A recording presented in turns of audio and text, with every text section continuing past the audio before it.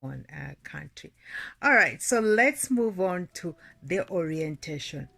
From the early 20th century until independence in 1960, the colony of Niger was part of French West Africa. Since the boundaries of the nation-state were imposed by European colonial powers, ethnic and cultural borders do not coincide with state boundaries. Since independence, there has been government efforts to promote a national culture. Let's see where Niger is located and its geography.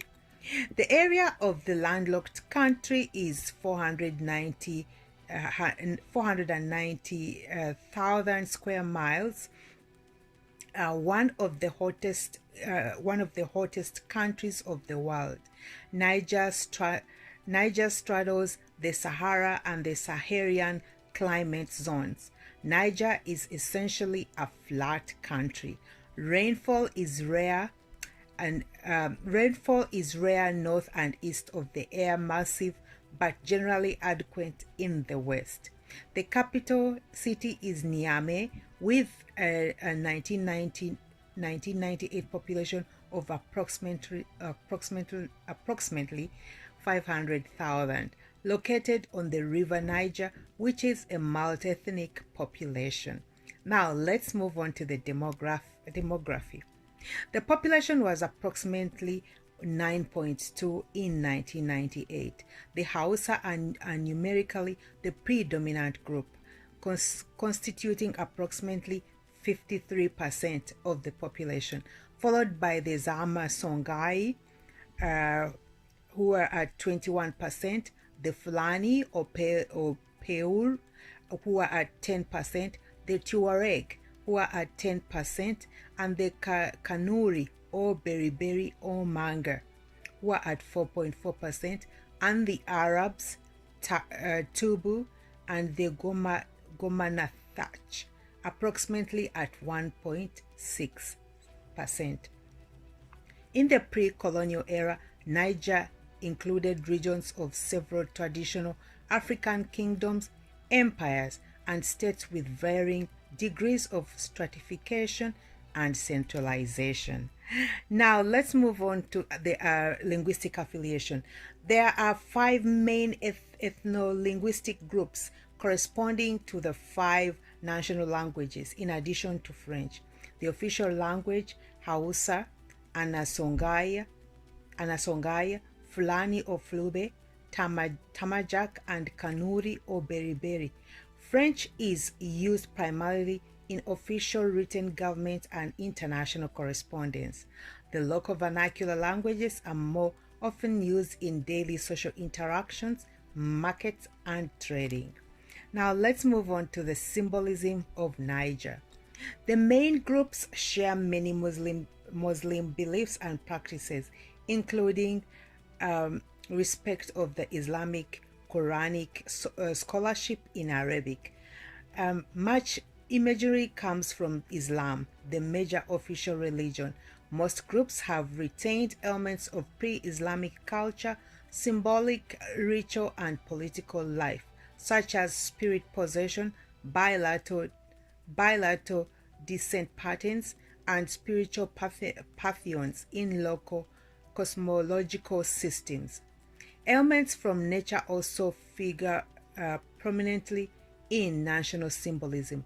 Millet stalks, for example, are popular motifs in embroidery on women's traditional blouses and appear on the emblem of a political party. The national flag colors of green, orange, and yellow represent the different climate zones. In the increasing important tourist industry, certain symbols and motifs have been adopted from local art forms, such as the Agadez cross. All right, so let's move on to the history and ethnic relations in Niger. The emergence of the nation. Several pre-colonial empires had an impact on Niger, including the Songhai on the west and the Bonu Empire on the east, as well as the Fulani Empire of Sokoto. In the 19th century, the first European explorers came to the area searching for the mouth of the river Niger. Although French efforts of subjugation began before 1900, dissident ethnic groups, especially the Tuareg, were not conquered until the early 20th century. The new colony was considered lacking in resources, and no paved roads or rails were built between 1992 and 1944. No efforts were made to encourage river transportation, and the literacy rate remained among the lowest in Africa. Higher education opportunities were limited. The French Constitution of 1946 permitted Niger to select a representative to the French National Assembly and provided for decentralization. Decentralization of power and limited participation in political life for local advisory assemblies.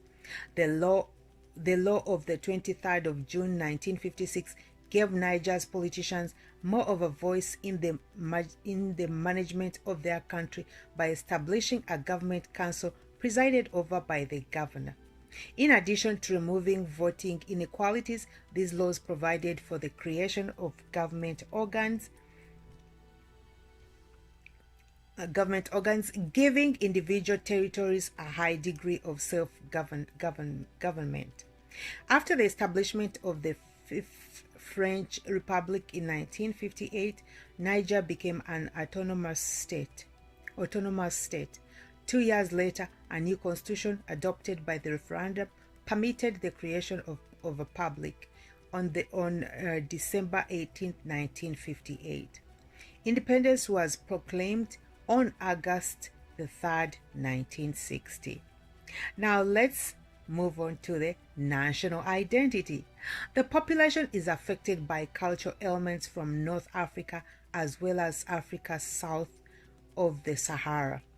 In general, the ethnic groups tend to be distributed according to region. While the national identity incorporates many elements from the regional to cultural ethnic influences, the recent tensions between North and South and East and West have been based on distinctive aspects of ethnic and geographical regional experience. Many of these tensions are rooted in uneven development of different regions. Now let's move on to the ethnic relations. Ethnicity is an important factor in disunity and conflict in contemporary Niger. Political tensions exist between sedentary people and nomads. However, apart from the military antagonism between the Zamba Songhai and the Tuareg in the 19th century, the people have little historical basis for exclusively ethnically rooted hostility and conflict. Contemporary ethnic conflict stems largely from the deliberate decisions of the nation's colonial and post-colonial rulers and the different responses by various groups to colonial economic and educational policies. After independence, the new regime was dominated by the educated Zama, who were concerned with the demographic and economic imbalance between the group and more numerous and commercially minded Hausa. In the first 15 years after independence, the policies of the new regime intensified ethnic consciousness. Although the military government that took power in 1974 attempted to suppress that consciousness, ethnic identity has continued to mold political and economic demands. Subdivisions within each ethno-linguistic and cultural group also exist and occasionally are more salient than differences between ethnic groups. Pre-colonial societies often distinguished nobles and Islamic scholars from commoners and slaves, merchants from farmers, herders and fisheries, and warriors from producers. Now, let's go to urbanization, architecture, and use of space. Despite growing immigration to the towns and the recent growth of the capital city, Niger remains overwhelmingly rural. Outside the capital city, architecture and the use of space reflect traditional, regional, and sedentarized nomadic differences. In both rural and urban areas, architecture also reflects social stratification. Throughout much of the rural areas, south, west, and east, there are adobe mud houses and a few concrete tin-roofed houses of functionalities and teachers. In much of the rural areas, there are semi-sedentarized nomadic camps with tents of various materials such as grass and mole hides, and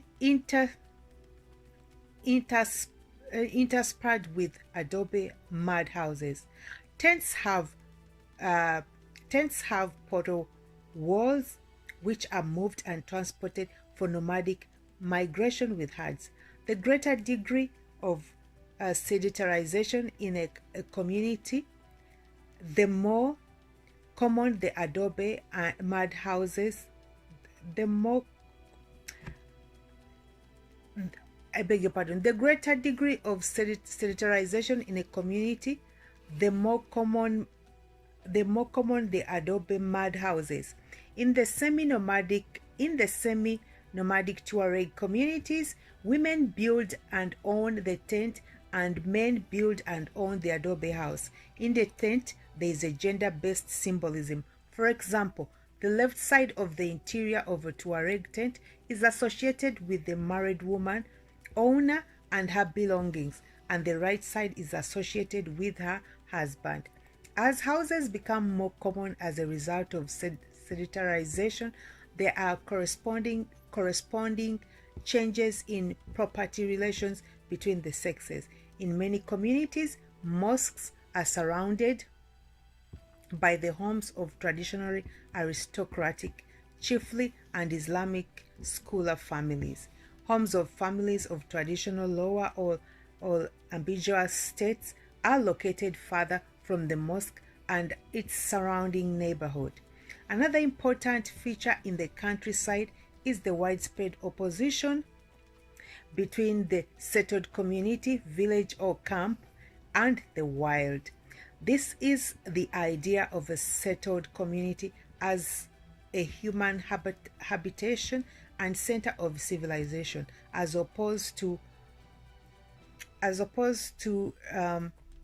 the unsettled wild areas surrounding it that are believed to be inhabited by spirits. People are believed to be vulnerable to the influence of spirits of the wild on the unsettled wild areas.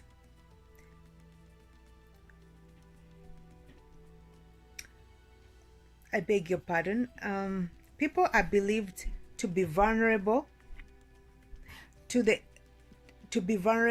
influence of the spirits of the wild in certain specified occasions, such as during life transitions or during travel.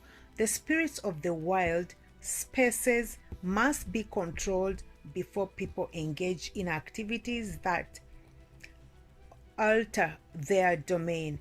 In Niamey, most family houses also tend to be of the standard adobe mud type, usually rented, although there is variation according to national and socio-economic class. Many Europeans in Niamey inhabit buildings locally called villas. They are made of concrete and often have running water, electricity, and air conditioning. In Niamey, there has been increasing gaps between the standard of living, income, and the comfort of most Nigerians, and that of many foreign residents. Europeans and a few well-to-do Africans tend to reside in neighborhoods high on a hill called the plateau and near the river in European colonial concrete villas and Western-style apartments. Also on the plateau, there are government offices, ministries, and a presidential palace and the presidential guard, as well as the offices of the many international aid agencies and embassies. Interesting. Now let's move on to the food and culture. Food in daily life. Millet, sorghum, and beans are the major food crops, and peanuts and cotton are the major cash crops. Rice is grown along the banks of the river Niger. Millet is the basic daily staple for most rural people in all regions, followed in importance by corn, sorghum, rice, macaroni, beans, cowpeas, cassava, and the wheat dishes such as couscous. Rice is a status food that is served at rites of passage, during holidays and other special occasions. Millet dishes vary in style but usually are prepared as a paste or stick cooked porridge, dough, and covered with a vegetable sauce that occasionally contains small pieces of meat. However, most meat is served apart from the sauces, grilled and eaten on the side on special occasions. In the northern air region, millet often is served with goat or camel milk. Also popular in the north is cheese made from goat's milk. Food taboos include a nationwide avoidance of pork and specific taboos observed by different groups. Let's look at the food customs at ceremonial occasions. Important ceremonial occasions at which special meals are served include Muslim holidays, ritual animal sacrifice and slaughter, and communal consumption of meat are important at those holidays. Extended families, often residing in a few nearby household clusters in the rural areas, normally consume the meat together after it's slaughtered by an Islamic scholar of the male household head. Men, women, and children usually eat apart. Other dishes include high-status foods such as rice, macaroni, and the couscous with richer sauces. There are also liquid grain beverages resembling beers.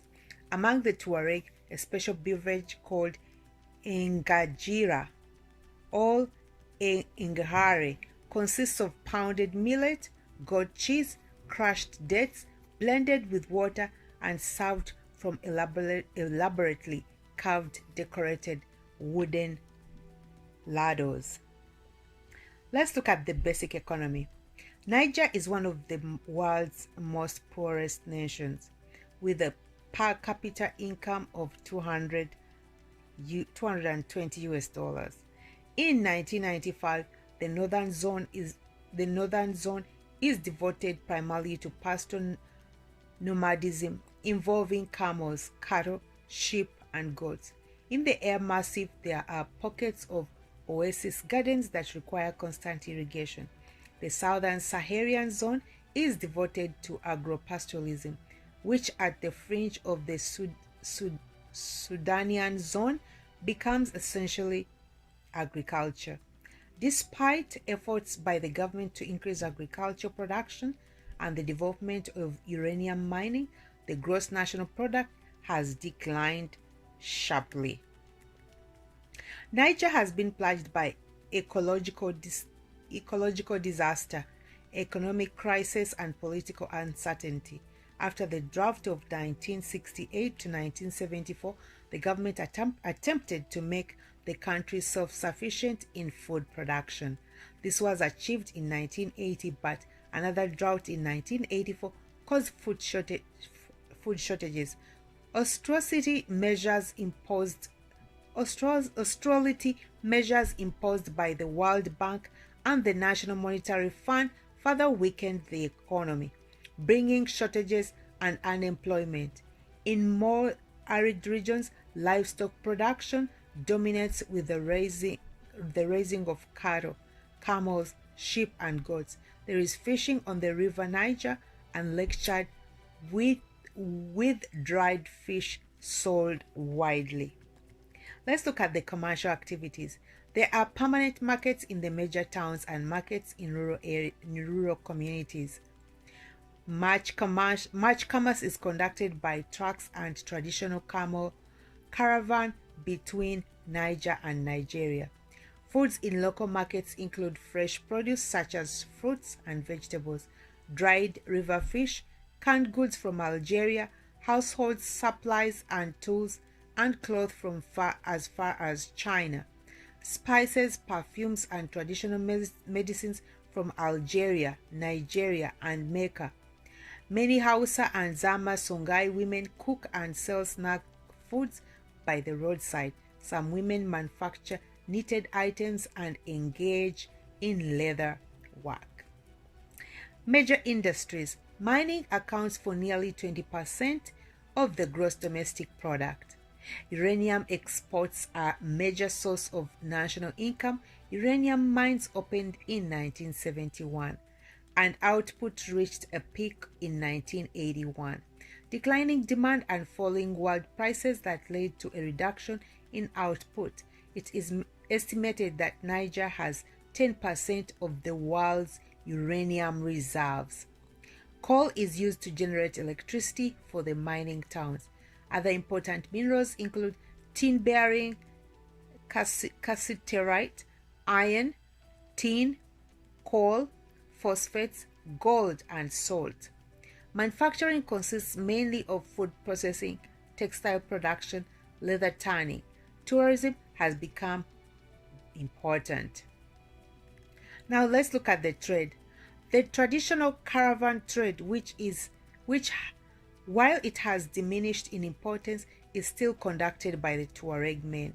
The men go east to Bilma to trade millet for salt and dates, and then go south to Kano and other parts of Nigeria to trade the salt and dates for household tools, luxury goods such as cloth, spices, and more millet.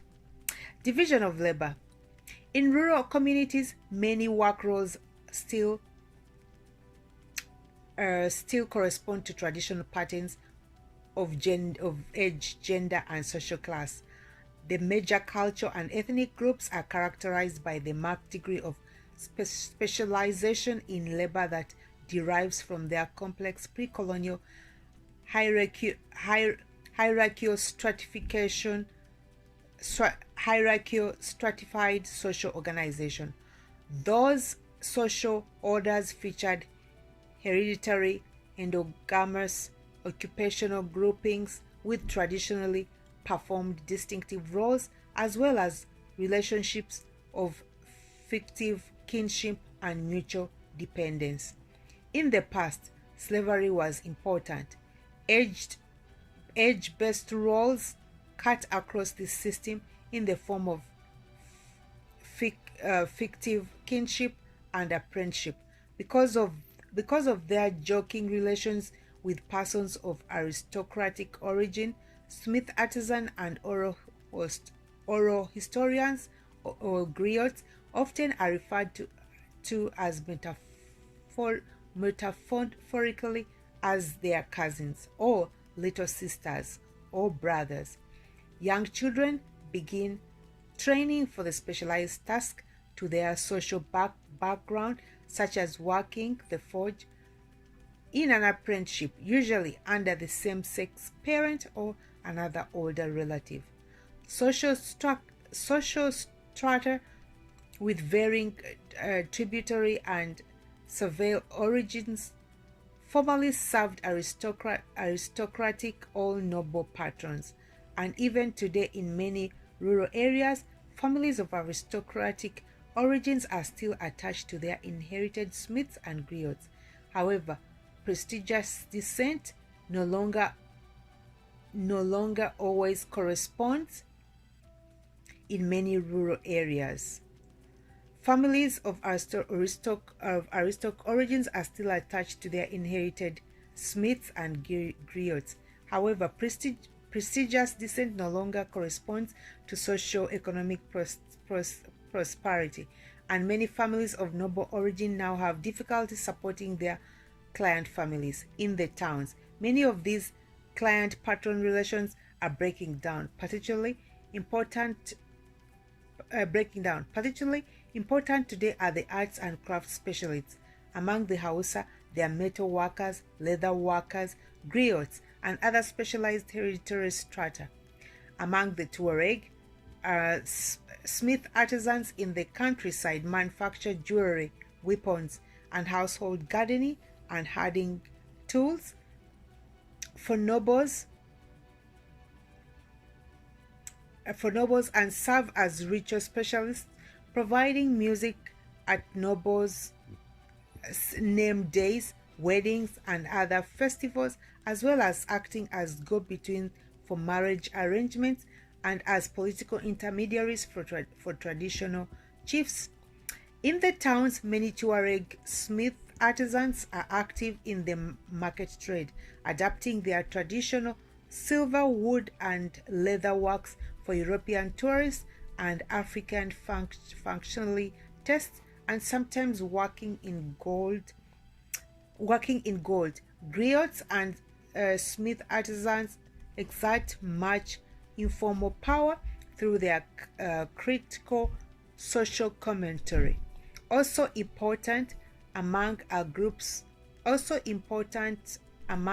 groups are the Quranic or Islamic scholars, often called marabouts, who serve as religious scholars and scribes, and in the countryside combine legal, medical, and religious professions.